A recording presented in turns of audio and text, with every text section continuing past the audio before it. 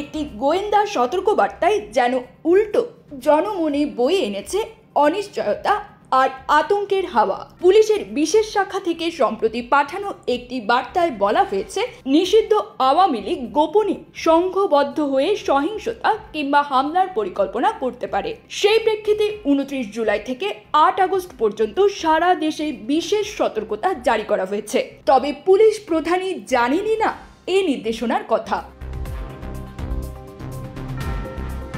এরপর থেকে সাধারণ মানুষের মধ্যে দেখা দিয়েছে ব্যাপক বিভ্রান্তি। প্রশ্ন উঠেছে, যখন পুলিশের সর্বোচ্চ কর্মকর্তাই জানেন না এমন গুরুত্বপূর্ণ নির্দেশনার কথা, তখন নিরাপত্তা নিশ্চিতে আইন শৃঙ্খলা বাহিনীর মধ্যে সমন্বয় আদৌ আছে কিনা। মঙ্গলবার 29 জুলাই আইজিপি বাহারুল আলম বলেন, এ ধরনের 11 দিনের বিশেষ আইন শৃঙ্খলা সতর্কতা বিষয়ে আমার জানা নেই। তার এই মন্তব্য জনমনে নতুন করে উদ্বেগের জন্ম দিয়েছে। জনসাধারণ বলছে, যাদের নিজেদের মধ্যে সমন্বয় নিয়ে প্রশ্ন উঠেছে তাদের ওপর কিভাবে নির্ভর করা যাবে। বরং এই সতর্কবার্তা এখন হয়ে উঠেছে নতুন আতঙ্কের উৎস।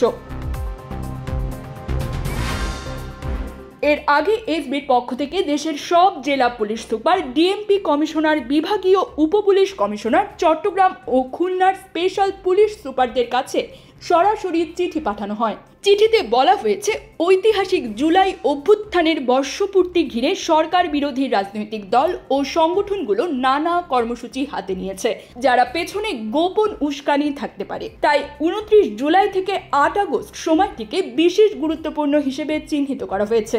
সেই অনুযায়ী সন্দেহভাজন ব্যক্তি ও যানবাহনের তল্লাশি, গুরুত্বপূর্ণ স্থাপনায় নিরাপত্তা জোরদার, মোবাইল টহল, সাইবার নজরদারি এবং গ্রেফতারি পরোয়ানা তামিলের নির্দেশ দেওয়া হয়েছে।